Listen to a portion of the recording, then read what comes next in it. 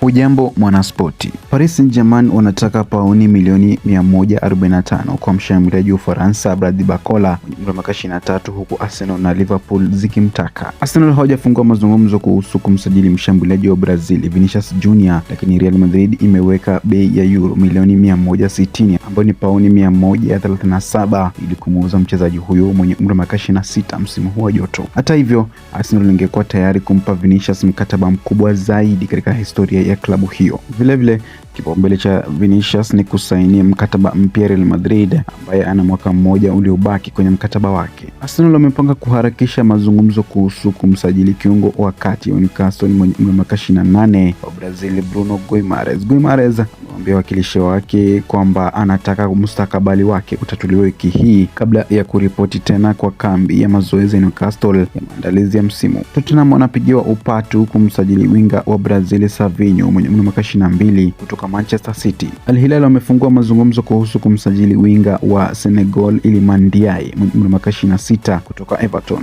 Chelsea itadai ada kubwa kwa winga wa Ureno Pedro Neto mwenye umri wa miaka 26, huku Liverpool, Manchester City na timu za Saudi Arabia zikionyesha nia ya kumsajili. Besiktas wanasubiri uamuzi kutoka kwa mshambuliaji wa Misri Mohamed Salah mwenye umri wa miaka 34 baada ya kuwasilisha ofa yao ya mwisho. Mohamed Salah mchezaji huru baada ya kuondoka Liverpool msimu uliopita. Bournemouth hawataki kumuuza mshambuliaji wa Ufaransa Junior Krupi mwenye umri wa miaka 20 licha ya nia kutoka kwa Barcelona. Fulham ndio chaguo kuu kwa kiungo wakati wa Argentina mwenye umri wa miaka 18 Franco Mastantuono ikiwa Real Madrid itampeleka mkopo msimu ujao. Juventus wanafanya kazi mpango wa kumsajili mshambuliaji wa Uholanzi Joshua Zirkzee mwenye umri wa miaka 25 kutoka Manchester United. Kiungo wakati wa Ureno Joao Palhinha mwenye umri wa miaka 31 anataka kupigania nafasi yake Bayern Munich, lakini wanataka kumuuza.